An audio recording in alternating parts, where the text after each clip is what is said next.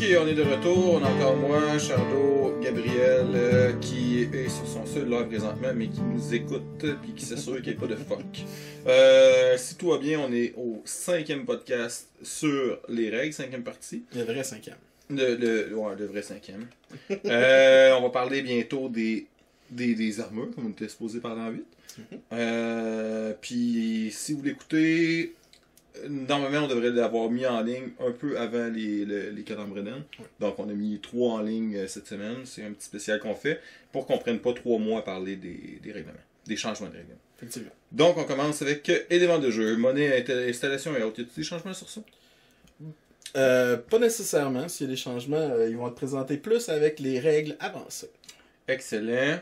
C'est quoi les prochains changements qu'on a? Parce qu'on suit grosso modo, on suit le livre de règles. Ouais, si vous effectivement. Et puis, comme je disais aussi, là, on a chamboulé un peu notre ordre des chapitres là, pour garder les gens alertes, mais aussi pour la compréhension des niveaux et la suite logique des choses dans le livre. Mais allons-y tout de suite avec la section du combat. Donc, dans le combat.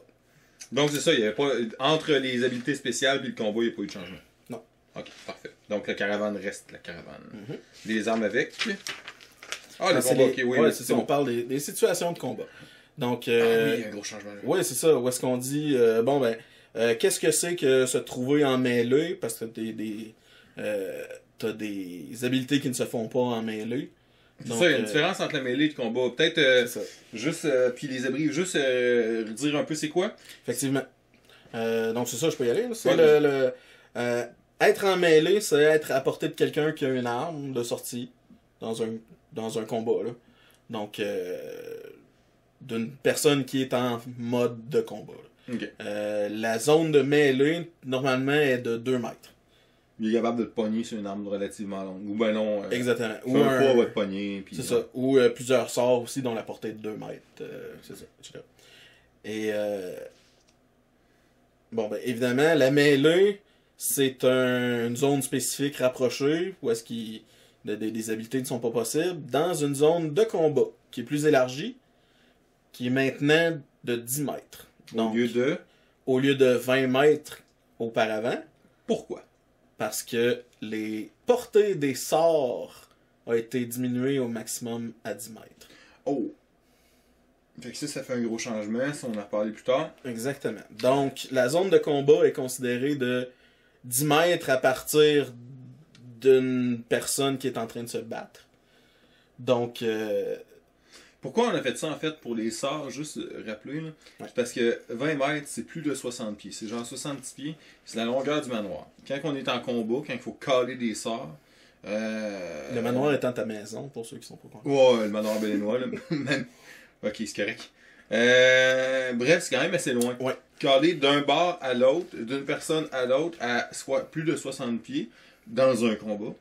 Ça se peut très bien que ton sort ne marche jamais. C'est ça. Ça vient cacophonique aussi pour les combats qui sont en grand nombre. Ça devient pratiquement impossible à arbitrer. C'est ça. Donc, fait qu'on est mieux réduire un peu la portée, qui va refléter plus un état réel de qu'est-ce qui est possible de faire.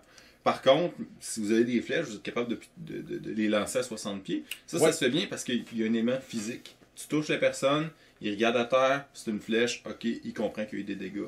Tandis que les sorts qui n'ont pas rien de physique, eux autres, ça marche pas. Donc oui, c'est ça. Les flèches ne rentrent pas évidemment dans la distance. Mais boules de feu non plus. De dégâts. Non, c'est ça. C'est ça. Donc c'est pour ça que la zone de combat a été réduite à 10 mètres. Exactement. Parce que le danger est moins gros. Exactement. Donc si vous vous trouvez à moins de 10 mètres d'une personne qui est en train de se battre, ben vous êtes dans une zone de combat. Fait que ça c'est le changement à part de ça? Dans le fond, c'est le seul changement qu'il y a aux situations de combat. On tombe ensuite dans les armes. Un gros changement là, je pense. Dans le chapitre des armes, on a un gros changement. Ouais. Quelque chose que ça fait longtemps qu'on n'a pas vu. Les armes courtes. Le maximum des armes courtes a augmenté. 70 cm et moins, c'est ça? De 70 cm et moins. A été augmenté à 3 points maximum. Ok, 45 à 70 cm. 45 à 70 cm. Donc, les armes de poing à 45 cm font toujours 1 point de dégâts, maximum 2. Les armes courtes, qui avaient exactement le même dégât auparavant, sont maintenant de 1 point de dégâts, mais maximum 3.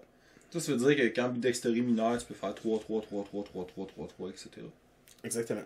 Parce que c'est ça, ambidextrie mineure donne droit à 2 armes courtes.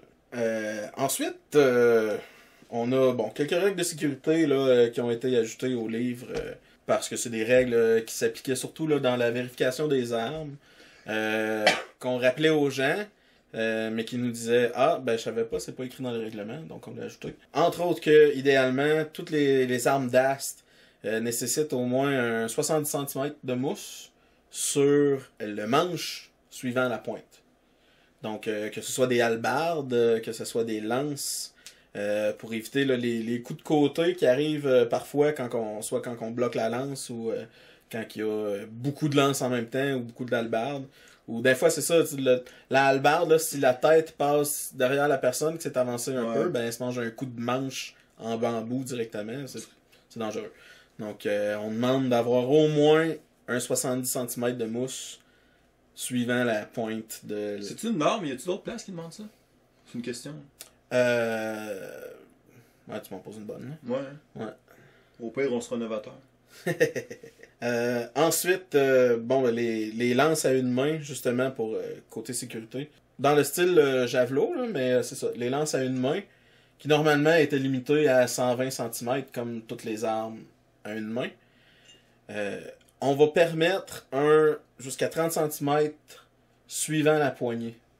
Parce que c'est quelque chose qui aide à l'équilibre, c'est quelque chose qui aide à... Mieux porter son coup parce Exactement. que c'est plus précis. Mais... Mieux porter son coup parce que sinon ça peut comme partir dans un angle bizarre parce que tu le tiens par la poignée puis c'est un coup pointé. Donc ça balance beaucoup plus l'arme, mais c'est vraiment une distance ajoutée de derrière la poignée, c'est-à-dire dans le genre d'un pommeau, d'un pommeau d'épée. Donc, pommeau de 70 cm. Exactement. Donc, la distance d'une lance va être mesurée de l'extrémité de la poignée jusqu'à la pointe. Puis d'un maximum de 30 cm après ça, en arrière, derrière la poignée. Évidemment, on a ajouté les flèches en latex qui sont acceptées. Là, même une fois vérification faite à l'inscription. Là, tu veux dire, parce qu'avant ça, selon les normes, c'était tout le temps la flèche avec le gros bout en mousse jaune. C'est ça, exactement. Donc, là, on dit que depuis... genre 5 ans, il y a d'autres choses qui existent, qui est aussi performant. Exactement, qu'on n'avait toujours pas ajouté dans nos règles. Mais qui était accepté déjà. C'est ça, c'était déjà permis. On a ajouté aussi, un tableau qui précise les types de dégâts qui s'ajoutent aux armes. Donc, des dégâts de feu, des dégâts magiques. Les dégâts poison, ça fait l'effet de poison. Les dégâts zombies, c'est-à-dire les zombies quand ils frappent, tu deviens... un espèce de poison qui te transforme en zombie 1 heure plus tard. Là. Parce que qu'est-ce qu'on dit, c'est que quand tu utilises une habilité, quand tu fais quelque chose à quelqu'un, il faut que tu te dises c'est quoi ça fait. Là, par contre, quand tu frappes quelqu'un, tu te dis, disons, 3 vampiriques, 4 de feu, etc. De feu, le vampirique, là, on dit plus que c'est rendu un peu la responsabilité de la personne qui le reçoit de savoir c'est quoi que ça fait. C'est ça. Parce qu'il est dans un tableau. On l'a ressorti des autres textes, on l'a mis là. Ça donne une explication aussi aux gens qui font comme... Ok, admettons, là, le moine, il s'attaque à un autre, puis là, il frappe de 7. Pourquoi est-ce qu'il frappe de 7? Il n'a pas triché. Non, il n'a pas triché. Mais là, c'est ça, c'est pour ça que c'est indiqué dragon. Donc, ce serait bien c'est ça. Le moine, pour ne pas se faire traiter de tricheur, devrait frapper les gens de 7 dragons pour leur rappeler que c'est l'habilité qu'ils utilisent. Puis comme ça aussi, tu vois que si en jeu, quelqu'un qui frappe de 8 spirales, c'est de la triche. Absolument. On a rajouté une arme de siège qui s'appelle l'enfumoir. Et finalement, pour les armes, comme j'ai mentionné précédemment, le bonus des dégâts va être limité au bonus de force ainsi qu'au bonus de spécialisation.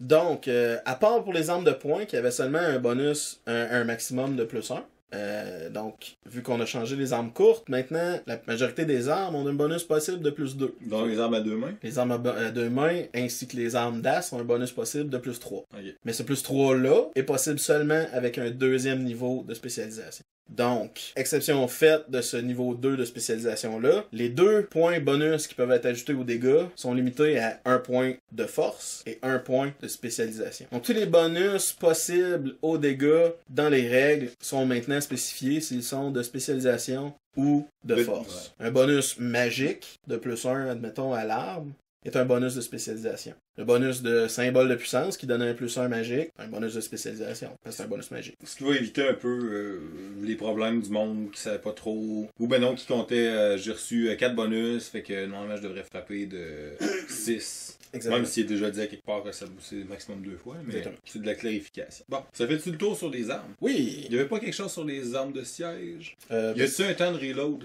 Ben, les armes quelque chose de siège... que j'ai vu passer, mettons que tu tires d'une arme de siège, est-ce que t'as un temps entre chaque utilisation? Il y a rien encore? Ben, ils sont spécifiés selon l'arme de siège. Admettons le canon ou le... Ouais, il y a un temps de recharge pour le canon, disons. Okay. Fait qu'il y a une baliste à répétition qui fait mort, mort, mort, mort, ça existe pas. Ben, toutes les armes sont évaluées à l'inscription de toute façon. Puis s'il est trop vite, on peut se permettre de leur dire qu'il va falloir attendre un certain nombre de temps. Exactement. Est-ce qu'on est rendu au gros point? Oui, on est rendu au gros point!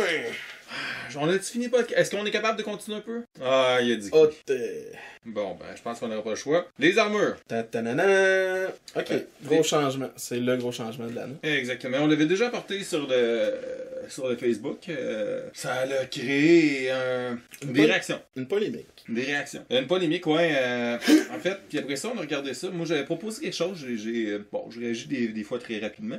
Pas nécessairement de la meilleure façon possible, mais bref, j'ai réagi pour vous dire, ok, c'est correct. Si tout le monde est contre le fait que les armures de cuir soient vraiment très fortes et nanana, on va sûrement changer ça. Parce que je comprenais aussi que lorsqu'on porte une armure de plate, il faut quand même que... Puis que, par le fait que c'est très encombrant, par le fait que ça fait cling, par le fait que, etc., ça doit donner des avantages un peu supérieurs à quelqu'un qui porte une armure de cuir. Bon, je sais que Charlot, il pense un peu différemment. Ben, c'est comment je dirais? C'est une cohésion parmi les gens aussi, et puis parmi les types de personnages qu'on peut voir à Belenos, mais c'est aussi une façon de voir qu'il venait beaucoup de joueurs compétitifs. Ouais. Où est-ce que les gens étaient compétitifs au point de ok, ben, je vais m'acheter une armure en métal complète parce que je veux gagner. Parce que mon but, c'est la compétition, puis c'est de gagner tous mes combats tout le temps. Donc, c'est un peu une mentalité que on va essayer de modifier un petit peu à la longue, parce que on aime ça l'interaction avec tous les gens. On aime ça pousser à ce que les gens, bon, ben, tu sais, oui, combattent, se battent entre eux autres, ça fait partie du jeu. Mais à un moment donné, on ne veut pas encourager la compétition et le genre de côté un peu plus simulationniste, comme à Bicoline, disons, où est-ce que le combat, c'est le combat, puis notre but de participer à ce combat-là, c'est de gagner. Là, juste une parenthèse, parce que là, on vient de sortir un nom d'un autre grandeur nature, Bicoline. C'est vraiment une parenthèse. Moi, en tant que propriétaire de GN, ben, premièrement, je loue à d'autres GN. Fait que... J'ai pas dans l'idée que Belenos c'est le meilleur GN possible. J'ai pas dans... Ben, ça dépend pour que tu peux avoir la meilleure expérience possible, mais c'est selon la personne. Puis surtout, quand on parlait de compétition et autre chose, la mentalité de Belenos dans ça, c'est de dire il y en a plein qui vont, puis on n'est pas ennemis. On n'est pas ennemis. Non, c'est ça. On veut pas bâcher, on veut pas dire eux autres sont pas bons parce que tel truc. D'ailleurs, Bicoline, moi j'y étais, je trouve ça quand même intéressant.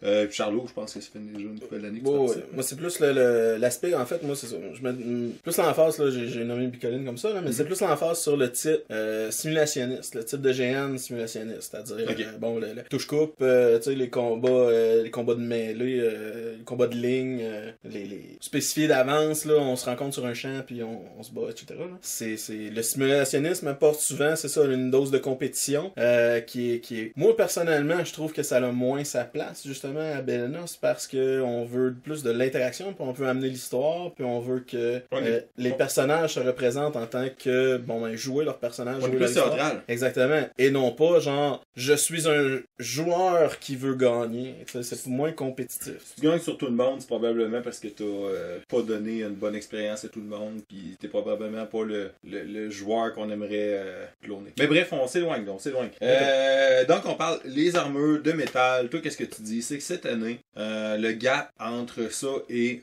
d'autres types d'armures va être moins grand. Exactement. Donc, la politique qu'on a instaurée, dans le fond, les nouveaux règlements, ont pour but, dans le fond, de bonifier les armures qui avaient besoin d'être bonifiées. Regarde, armure de cuir. C'est ça, pour les classes de personnages qui étaient moins combattantes, si tu veux. Puis même à ça, classe de personnages, avant ça, il n'y a jamais eu vraiment de cuir, ça donne... Comment dire? À part pour le mage. Le mage, il y a vraiment une grosse restriction dans les armures, là. Mais pour un prêtre avait le droit d'avoir avoir un peu d'armure. Tu vas m'aider un éclaireur, mettons, whatever. Ouais. Il y a tout le temps possibilité d'aller chercher un peu de points d'armure, mais c'était pas dit en métal ou en cuir. C'était dit d'avoir droit à armure légère. Armure légère, c'était 5 points. 5 points quand tu regardes dans l'ancien système. Maintenant, c'est ça. Là. Avant ça, armure légère, c'était en cuir. Puis là, ça fait quelques années qu'on a changé ça. Là.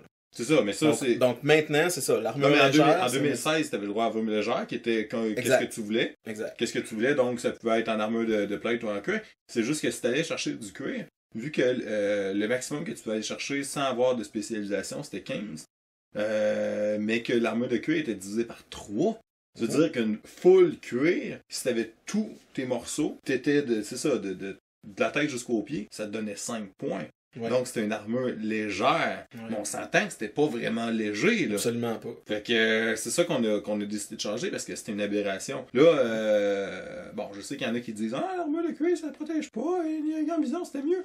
Là, ça c'est des considérations qu'on va un peu apporter, on va mettre à la trappe là. Surtout j'avais dit aussi sur le Facebook parce que les gants bisons historiquement peut-être que oui, c'était bien. Mais pratiquement maintenant c'est plus assez épais, c'est comme porter un t-shirt quasiment. Oui, c'est ça. Les gants bisons qui sont fabriqués par des... c'est des costumes, dans le fond. Exact, c'est des pièces de costume, plus que d'autres choses. Les gants bisons qui sont présentés pour la majorité aujourd'hui, c'est des costumes. Donc, ce n'est pas des vrais gants bisons faits avec 3/4 de pouce d'épais, de lin, puis Puis des plates faites en tissu, comme on peut voir dans certains vieux films. Ça non plus, ça donne rien. Autant que de la cuirette donne rien comme armure de cuir. Non, c'est ça. Donc, maintenant, si on se lance là-dedans, là, allons-y. Le pointage... On va défoncer notre budget de thème, mais qu'est-ce que tu veux? Ça, c'est ça. On va couper sur le montage, c'est pas grave. Ouais, c'est ça, on va tout couper au montage. Finalement, il n'y aura pas l'épisode. Oui, bon, vas-y, là. C'est le temps, on va prendre un petit break. On est retour de la pause, oui. Donc, c'est ça. Le pointage, maintenant, est déterminé par la zone couverte. Ouais. Il y a 13 zones. Donc, il n'y a pas 12 zones? 13 zones. OK. Vas-y. Donc, rapidement, là, ça ressemble un petit peu aux zones qu'on avait précédemment. Là. Donc, les jambes, les cuisses, le bas du ventre, le haut du torse. Même chose dans le dos, le haut du dos, le bas du dos. Les avant-bras, les bras, la tête. Ce qui donne 13 au total. Ce qui donnerait 13 points, admettons, couvert entièrement. La zone, il faut qu'elle soit couverte d'au moins 50% pour donner un point. Mais une fois les points couverts, il y a 2 points bonus qui viennent s'ajouter à ça pour un maximum de 15, comme auparavant. C'est-à-dire que si ton casque il est en métal, il donne un point supplémentaire. Puis si ton torse, le haut du corps, est en métal, il va donner un point supplémentaire lui aussi. Ok, le torse, tu parles juste du devant, du ventre, mais non, du devant puis du dos. Juste du devant. Ok. Donc, on a encore un avantage aux armures de métal, c'est-à-dire qu'il donne 15 points au maximum au lieu de 13 points au maximum. Et avec armure efficace. Et avec armure efficace qui s'ajoute à ça. Donc, puis armure efficace, il faut que tu aies au minimum 5 points en métal. Donc 5 zones en métal pour avoir armure efficace 1, c'est bien ça? C'est 6 si je me souviens bien. Ouais, je dois être 6 parce que c'est beau. Fait que c'est 6 pour avoir une armure moyenne. C'est ça. Donc avec ça, avec 6 endroits, ben du moins 6 points. C'est 6 points ou 6 endroits? 6 endroits couverts donnent 6 points. Ouais, mais si t'avais ton casque en métal, ça compte pour 2 en... Oui, effectivement, c'est 6 points. C'est 6 points. Donc, bon. si t'as un casque, il va compter pour 2. Si t'as l'autre du torse, il va compter pour 2. Excellent. Fait que là, ça te permet d'aller chercher jusqu'à ton 20 points. Ouais. Parce que si t'as tout. Avec l'armure efficace, ouais. C'est ça. Puis après ça, si t'as armure efficace 2, ben là, tu peux aller chercher quoi? Une résistance à un sort? Une résistance au sort, comme l'armure glorieuse. Mais elle, l'armure efficace 2, pour pouvoir l'avoir, il faut 11 points de métal. 11 points. 11 points de métal. Donc, avec 11 points de métal, là, tu commences à parler. Ça veut dire que le cuir, si t'as juste du cuir, le maximum que tu peux aller chercher, c'est... Si t'as juste du cuir, le maximum que tu peux aller chercher, c'est 13. Et tu n'as pas l'habilité armure efficace. Donc, avec du cuir, maximum, c'est 13. Puis ça, ben, c'est en ayant tout, là. En ayant la full, là. Couvert des pieds à la tête. Puis avec armure efficace, plutôt avec tout en étant en plate, ou presque tout en étant en plate, tu peux aller chercher jusqu'à 20 points. Donc 13, l'autre c'est 20. Et en plus, résister un sort. Oui. Et en plus, résister un coup. Parce que, on a parlé déjà le renfort du forgeron, effectivement. Si tu veux avoir le renfort du forgeron sur ton armure, tu as besoin d'une armure en métal également. Ok. Fait que l'armure de cuir, juste au niveau des stats, c'est quoi? C'est 65% de qu'est-ce que tu peux aller chercher. Puis, bon, je dis peut-être de la merde, mais c'est vrai ça. Puis, avec qu'est-ce que tu peux aller chercher en plate. Fait que la plate est vraiment avantagée, mais beaucoup moins qu'avant. Oui, c'est ça. Parce qu'avant, non. En fait, les armures de métal n'ont pas nécessairement changé vraiment. Ce sont les armures de cuir qui ont été bonifiées. Exact, parce qu'avant, les armures de cuir, c'était combien le maximum qu'on pouvait aller chercher? Entre 5 et 10. 10 en cuir? C'était divisé par 3, je crois, donc 15 divisé par 3, c'est dans le 5. Peut-être 9. Fait que c'est 7, c'est plus 7 ou 8, dépendamment si la personne est gentille. Avec armure efficace, c'est ça. Exact. Parce qu'avec armure efficace, on peut aller chercher jusqu'à 10-11. Ah non, même pas. Si c'est divisé par 3. Parce que le cuir était le tiers de qu'est-ce que tu vas chercher en plate. Ben, ça allait selon l'évaluation, mais si je me souviens bien, ça pouvait peut-être... Parce qu'il y avait quand même un agencement d'armure que tu pouvais aller chercher. C'est plus avec ça que tu peux aller chercher plus haut. Exact. Mais bref, tu peux aller chercher moins que qu'est-ce que te donnaient les sorts. Fait que c'est un peu stupide de porter une armure de cuir. Exactement. C'est une des raisons pourquoi on a bonifié les armures. C'est parce que là, les sorts d'armure étaient meilleurs qu'une vraie armure physique. Là, c'était rendu... c'est ça. Il fallait bonifier les armures pour qu'au moins ils soient à la hauteur des armures magiques. Là. Parce que présentement, une armure magique, c'est combien qu'on peut aller chercher? C'est l'armure de l'archimage, c'est 9. Une armure glorieuse, c'est 6, si je me souviens bien. Donc, l'armure glorieuse, c'est... Mettons 5, niveau 5. Là. Une armure glorieuse, c'est 6, plus un bouclier. Plus un bouclier, c'est 9. Ben, pour le mage. 9, plus... Donc, le mage peut avoir 9 points d'armure avec armure glorieuse. Glorieuse qui empêche un sort? Ouais. Ok. Fait que c'est quand même très très compétitif parce que c'est une armure de cuir. Donc, c'est ça, ben oui. Parfait. Fait que c'est pas mal les changements. Si vous voulez encore vous débarrasser de votre armure de plate, que vous voulez la jeter, faites pas ça. Envoyez-nous-le. Donnez-le comme don. On va vous donner des gènes gratuits en échange. Il n'y a pas de problème. Puis c'est qu'est-ce qui vous empêche vraiment de venir à Bélénos, au pire, on vous dit qu'il y a d'autres grades de nature très très intéressants pour vous. Mais face à ça, non. Mais sans joke là. Ouais, non, c'est ça. Je dis de la merde sans un faire, peu, c'est ça, là, mais... c'est qu'on, tu sais, c'est ça, là, c'est ça crée une polémique, puis les gens ont eu une réaction assez explosive à ça, mais malgré que quand la polémique était là, c'est aussi parce qu'on disait 1 égale 1. T'as, mettons, l'avant-bras qui est couvert. Oui, c'est ça. Donc, parce ça donne un point, peu importe qu'est-ce que c'est. Là, je pense qu'on a apporté des... On n'avait pas donné d'habilité exclusive aux armures de métal, ce qu'on a fait maintenant. Exactement. Et puis... ouais, c'est ça. Mais c'est ça, c'est qu'à l'origine,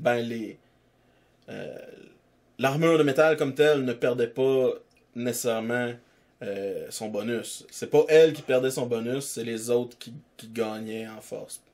Oui. Donc, mais puis en plus, un autre point que peut-être à souligner, c'est que l'armure de métal est beaucoup plus accessible maintenant qu'elle était.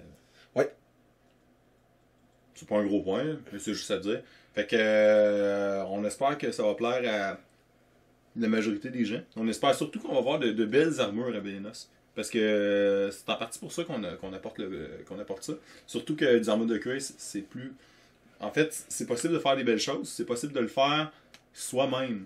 Puis Bélé, do it yourself, DIY.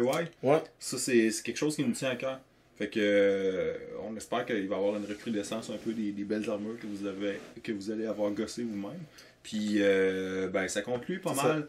C'est ça, c'est plus évident chez les gens d'aller acheter un kit de cuir, puis des retails de cuir, puis de se monter une armure eux-mêmes, que d'acheter du métal, un marteau, une enclume, une forge, puis c'est ça. Puis de le faire sécuritaire en cuir, il n'y a pas de bout tranchant. Mais bref, c'est ça qui clôt ce podcast-ci. On était au 5e, pas au 8e, ni au 4e, on était au 5e. C'est peut-être même la deuxième partie du 5e, là, parce que là, on a eu beaucoup. Ça se peut. Il reste encore beaucoup de stock, ça va être pour les semaines prochaines. Normalement, on est capable de finir ça en une semaine ou deux. On se revoit bientôt. Merci beaucoup d'être là. À plus tard.